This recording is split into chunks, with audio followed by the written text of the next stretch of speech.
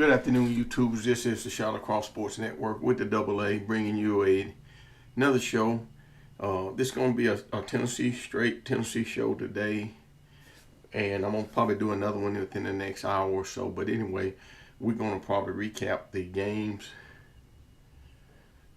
which is a Mississippi State game, and then talk a little bit about what Tennessee's doing during the bye week. With that said, let's get right into it.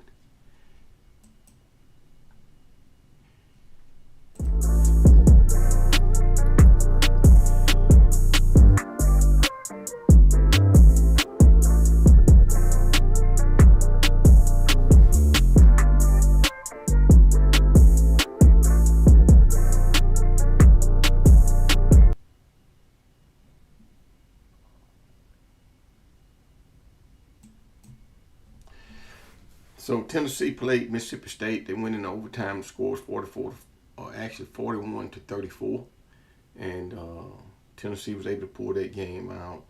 They made some mistakes or had a couple of interceptions, and then on defense they did pick up an interception and a fumble recovery and took it all the way to the house. So they were able to capitalize on Mississippi State's mistakes also, but they gave up a lot of yards on the ground, which is something they need to improve on.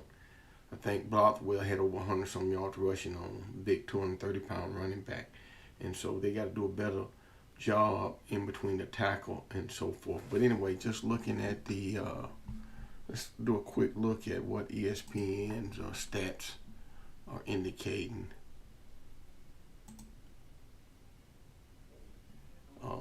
Let's see, but just... But anyway, this is the Syracuse game. Let me go to the right game.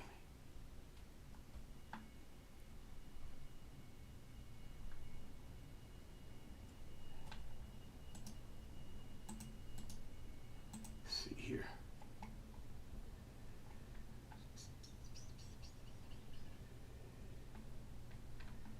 Let's see. You gotta bear with me on this. Let me see here. Let me go back into it. Let's see here.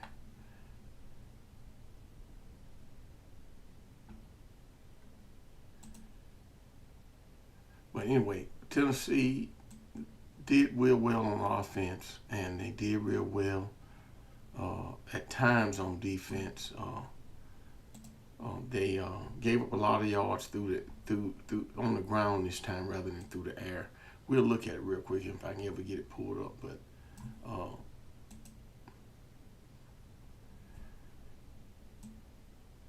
But I was impressed, so to speak, with some of the defensive play. But anyway, just looking at it at the top, Aguilar was 24-40, 335 yards. He had a QBR of 67.7. And then, of course, Bishop, he was a leading rusher. He had 72 yards on 11 carries, averaged 6.5 carries, had 1 TD. Aguilar had 2 interceptions, and he threw for 2 TDs. His longest TD was 84 yards, and that was to Chris Brazzell. Then Chris Brazzell, he led the way in receiving. Well, actually, Mike Matthews had more yards than he did. Mike Matthews had 6 receptions for 108. Chris Brazzell had 6 receptions for 103. So both of those guys averaged a lot of yards. You're talking about 29.7 average for Matthews and a 17.3 for Chris Brazzell. So they did very well rushing, and of course in receiving. But according to rushing, it looks like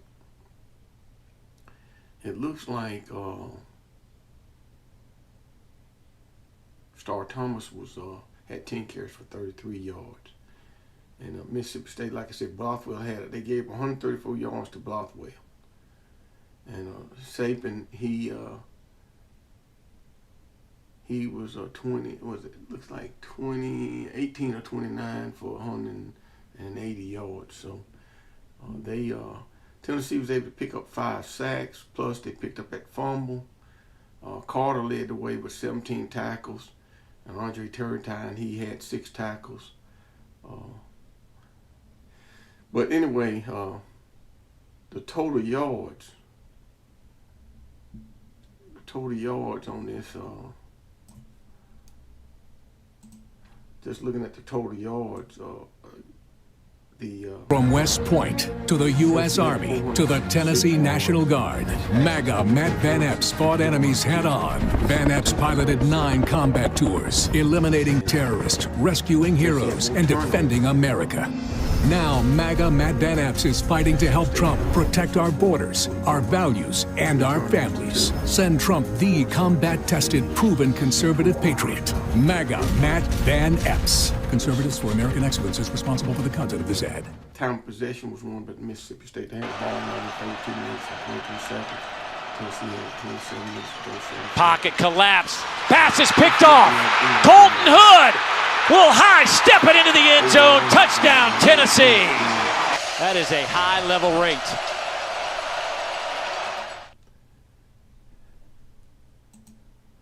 Tennessee,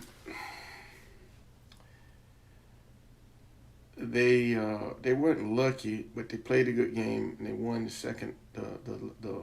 fourth quarter of the game and was able to take the game into overtime. But clock management was a big deal. They had enough time when they got the ball back in order to actually get down and kick a field goal, but for some reason or another they couldn't get the plays in time or something. I don't understand what was going on. I know Josh Heupel spoke about it earlier in the week, and he came up with some ideas about why they weren't able to get the game in the game in regulation. But with that said, Tennessee has got a bye week this week. One of the big things in the game was David Sanders was able to get in the game, and he was able to play pretty good for one possession, and they scored on the possession that he was in. So he did pretty good, and I think you're gonna see him move into that right tackle spot probably for the Arkansas game, and then also. I'm trying to figure out how they're going to shuffle the offensive line around. I'm thinking that they're going to move Matthews over to that guard spot on the left side possibly, and then move Sanders in there, and maybe move Moy to the right side where he's not used to playing, and then you'll have Matthews over there with Lance Hurd. So. That's what I'm thinking. They're gonna rotate those guys too, probably also, but some of the other things that they're probably looking at doing is getting Jamal McCoy back for this game, and if they get Jamal McCoy back for this game on defense, secondary's got to play better, safety's got to play better, linebackers played pretty good, but you got to make tackles inside the line of scrimmage rather than making them downfield. And we gave up too many yards on the ground. And a lot of that starts at the defensive line play. You got to do better on that because you're going to face a big back. I think Big Russell for Arkansas, he's bigger than Bothwell. So he's about 240 pounds. And so you're going to have to contend with him. And then Washington's another big back. You're going to face 2 big backs in this game coming up with Arkansas. And then, of course, with Pittman being fired, there's no way to figure out what the new coach is going to do, especially on the defensive side of the ball. But on the offensive side of the ball, you've seen it before, And so we'll just have to wait and see. And I'll pregame before the week's over, but so anyway, that's what's going on. And Tennessee had about 8 players make it to make the top 100 Hall of Fame list, I believe. Actually, the Titans did. The Tennessee Titans did. But I think Tennessee had some players in there. One of them in particular was Jason Witten. And so Jason Witten's he's 11-time Pro Bowl, so it's a possibility he's going to get in the Hall of Fame. And then but that's some of the other big news. And then, of course, Tennessee picked up a big commitment in basketball. Ralph Scott from IMG Academy. He's a 6'7" wing, shoot the ball very well. And he's a 2026 commitment. So from Bermuda, but he played for IMG Academy. I watched him on film, and I'll do a show on him, just on him, coming up here in the next few hours. But just looking at it, most of the schools that I support on this channel, APSU beat Utah Tech, as you can see on the ticker. Memphis beat Florida Atlantic. They beat Florida Atlantic pretty aggressively.